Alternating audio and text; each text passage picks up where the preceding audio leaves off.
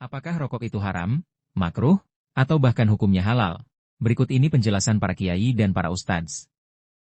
Hukum rokok, Muhammadiyah mengharamkan, NU memakruhkan. Tapi bagi orang NU, rokok bisa menjadi haram. Kapan? Ketika dirokok oleh orang yang punya penyakit jantung. Ketika ibu-ibu hamil, maka menjadi haram. Tapi selama tidak, makruh. Muhammadiyah haram.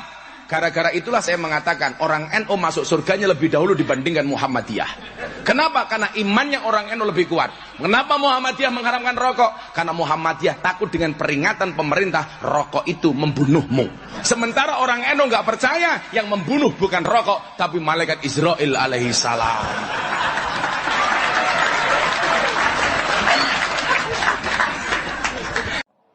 Rokok wajib.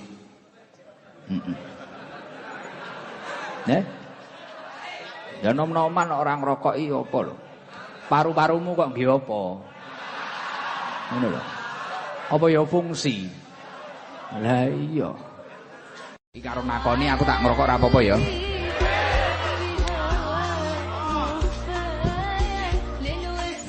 Nah aku dihujat ewang ngono, malah kowe ngewangi ngujat. Cah gemblung. Jamaah tolol. Lah iki bola tim ngono sing kompak ngono, Bos. Ngedher rahmate Gusti Allah. Saiki sing wani rokok iku nuntut sing ngaramno dalile ndi nek rokok haram. Kowe ora didalilkan sing haram. Kan gak mungkin Quran mbek hadis bakar rokok ora menggawean tapi. Terus sing ngaramno muni saiki dalile halal ndi ya terus iki dalil ndi. Wa kulu wasrobu ya nglebokno rokok. Wong rokok bahasa Arab wis bingung no. Ayo coba rokok kategorine mat'am apa masrob? Ayo jawab jujur. Nak lah mat'am wala. Ayo jenisnya yang termakan apa terminum? Ayo jawab. Ayo bingung no kan. Lah terus bukan ada dalil di.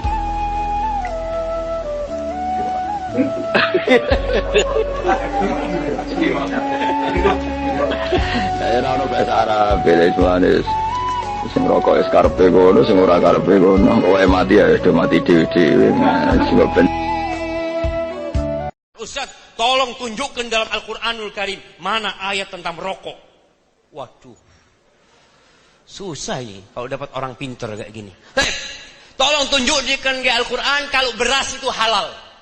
Mana ada beras dalam Al-Qur'an? Tunjukkan. Nggak ada beras dalam Al-Qur'an Karim.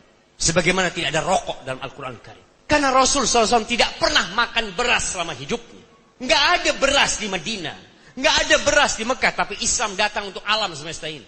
Ada kaidah-kaidah umum yang disebutkan dalam Al-Qur'an Karim. Nabi datang yuhillu lahumut thayyibat wa yuharrimu alaihimul khaba'is. Menghalalkan yang baik-baik, baik halal. Dan mengharamkan yang buruk-buruk. Sampai dikatakan yang buruk itu adalah yang membahayakan. Semua yang membahayakan itu haram. Dan ada sebuah kaidah. Sabda Nabi SAW. La darara wa la dirar. Tidak boleh kita membahayakan diri sendiri. Dan kita tidak boleh membahayakan orang lain. Tidak boleh. Rokok itu membahayakan diri sendiri apa tidak? Membahayakan. Membahayakan orang lain tidak? Membahayakan. Makanya kalau ada orang mengatakan rokok tapi Ustaz masih ada manfaatnya. Oh iya. Adakah bapak yang habis makan ngerokok sama anaknya sama istrinya, anaknya dikasih ini baik ini, cos, anak, bagus coba, anaknya suruh nggak ada, bapak jangan ngerokok, bapaknya ngomong sama anaknya jangan ngerokok, ngomong sama istrinya jangan ngerokok, lalu dia ngerokok, lalu mengatakan makruh, loh kalau makruh kenapa anaknya nggak diajak ngerokok? Engkau tahu bahaya ini, maka tolonglah, yang masih mengatakan makruh belajar lagi tentang rokok, manfaat dan bahayanya.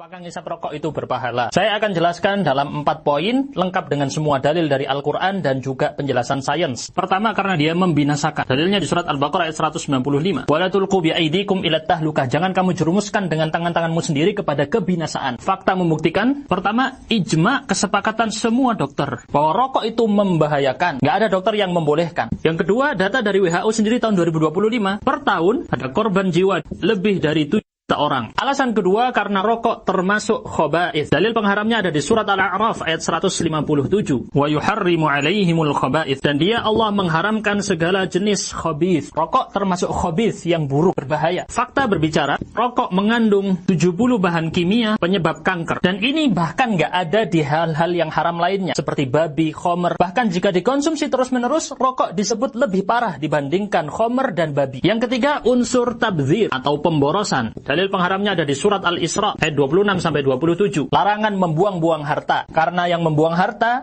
harta termasuk dari saudaranya syaitan. Fakta membuktikan dari data BPS tahun 2023, di rumah tangga orang miskin, mereka habiskan 12% pengeluaran untuk rokok, sedangkan hanya 3% untuk pendidikan anak. 4 kali lipat dari biaya pendidikan. Bahkan PDPI mengatakan bahwa kerugian yang dicapai oleh negara gara-gara rokok adalah 288 triliun. Ini membantah bagi yang mengatakan rokok tetap memberi penghasilan. Kenyataannya malah rugi. Yang keempat, karena membahayakan orang lain. Dalilnya jelas hadis riwayat Ibnu Majah, bahwa Nabi bersabda, la darara wa la dirar. Tidak boleh membahayakan diri sendiri dan tidak boleh membahayakan orang lain. Fakta membuktikan dari data WHO dan PMC, sekitar 1,2 sampai 1,6 juta orang meninggal sebagai perokok pasif. Mereka menghirup dari udara rokok orang lain, bukan ngirupnya sendiri. Dan ini terjadi setiap tahun. Lalu bagaimana fatwa ulama tentang rokok ini sendiri? Fatwa MUI nomor 11 tahun 2009 menyatakan haram untuk anak-anak, remaja, dan wanita hamil. Dan juga haram di tempat-tempat publik. MUI masih belum mengharamkan secara mutlak. Berbeda dengan Tarjih Muhammadiyah. Pada tahun 2010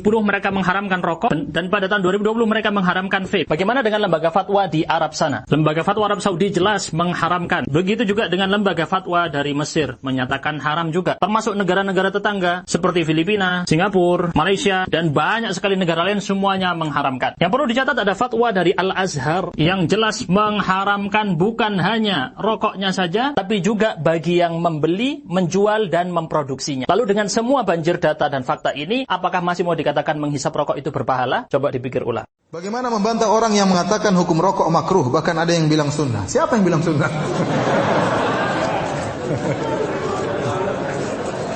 Ada konon, ada yang bilang, ada sebagian ustadz atau sebagian kiai mengajar pengajian, dia bilang rokok ini wajib bagi saya. Kalau saya tidak ngerokok, saya tidak bisa ngajar. Itu namanya kecanduan. Sama, ada orang kalau nggak morfin dia stres. Dia nggak, stresnya bisa hilang kalau dia apa? Pakai morfin. Dia bilang jadi morfin jadi halal, jadi wajib? Ya, enggak kan? Enggak. Ya, akhir rokok itu haram. Ya, saya termasuk orang yang paling terganggu dengan rokok. Ya, kalau orang tidak biasa merokok itu sangat stres dengan orang yang merokok. Ya, kata Nabi SAW, la darar wa la dirar. Tidak boleh memberi kemudaratan kepada diri sendiri dan tidak boleh juga memberi kemudaratan kepada orang lain. Ad-dararu yuzal. Ya. Dalam kaidah namanya kemudaratan harus dihilangkan. Dan orang yang merokok, dia memberi kemudaratan kepada dirinya dan memberi kemudaratan kepada orang lain. Ente kalau merokok yakinlah haram. Jangan ente bilang sunnah. Kalau ente yakin itu haram, suatu saat ente bisa meninggalkan. Berdoa kepada Allah supaya bisa meninggalkan. Tapi kalau itu sunnah. Gimana mau ditinggalkan sunnah? Dapat pahala merokok. Ini ngawur seperti ini. Apalagi wajib, bukan cuma sunnah. Hukumnya apa? Wajib. Saya sering sampaikan, rokok itu hukumnya haram. Merokok hukumnya haram, ya, karena kita tidak boleh merusak diri kita sendiri. Tidak boleh memberi kemudaratan kepada diri kita sendiri. Diri kita ini nikmat, dan setiap nikmat akan dimintai pertanggungjawaban. Jangan kita berkata, ini kan badan-badan saya, jantung-jantung saya, paru-paru saya, terserah mau saya rusak atau enggak. Ya, terserah saya, enggak. Semua yang Anda rasakan adalah nikmat, adalah titipan dari Allah Subhanahu wa taala. Jangan dia berkata, ini nyawa saya, terserah saya, enggak. Itu nyawamu, jasadmu, titipan Allah Subhanahu wa ta'ala. Tidak boleh kita rusak. Jangankan dirimu, hartamu saja kau rusak-rusak, tidak boleh. Betul tidak? Ya, innal mubadzirina kanu ikhwana syayatin. Kata Allah, mubadzir adalah temannya syaitan. Kalau orang kemudian punya mobil, dia bakar, dia ledakkan, ya. Ini bahlul atau bukan? Bahlul. Dan dia akan diminta pertanggungjawaban oleh Allah Subhanahu wa ta'ala. Coba kalau orang rokok di tempat umum, dia akan mendolimi berapa orang? Nggak tahu. Di tempat umum itu orangnya banyak dan kita nggak tahu siapa saja. Kalau yang dizolimi suami, yang dizolimi istri, yang dizolimi anak, mau minta maaf, orangnya ketahuan, itu aja. Tapi kalau ngerokok di bus, terminal, ngerokok di tempat wisata, alun-alun, ngerokok di WC umum, jenengan tahu, punya data siapa yang masuk ke WC setelah jenengan. Untuk minta maaf maksudnya. Emang kenapa kalau nggak minta maaf? Oh, tunggu nanti di akhirat. Setiap orang yang terzolimi di akhirat berhak untuk menuntut pahalanya jenengan. Berarti akan berapa puluh atau ratus orang yang mengantri untuk meminta pahala kita nanti di akhirat. Bukan urusan ringan. Bisa-bisa nanti amal kita di akhirat bisa habis. Gara-gara rokok. Loh kok bisa Ustaz gara-gara rokok? Iya. Ketika jenengan merokok itu berapa orang yang dirugikan? Berapa orang yang dizolimi? Sehari kira-kira dari rokok yang dihisap itu berapa manusia dalam satu hari yang dizolimi? Berapa? 10 ada? Lebih? Selawe? Ya wis kira-kira selawe. 25 orang misalnya. Kita rugikan. Loh Ustaz selawe wong sikang di. Loh jenengan ngerokok di mana? Di tempat umum.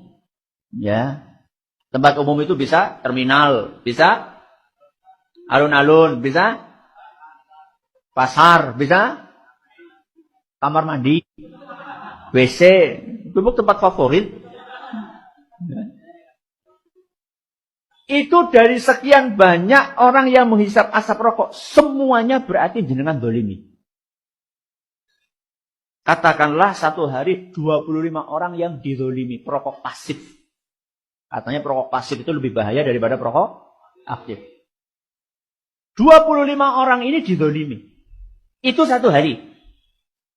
Berarti kalau 10 hari berapa orang? 250 orang. Kalau 1000 hari? 2500 orang. 1000 hari berarti 3 tahun. Merokoknya sepirang tahun? 10 tahun. Berarti 7500 orang yang dizolimi kira-kira. Atau bahkan lebih.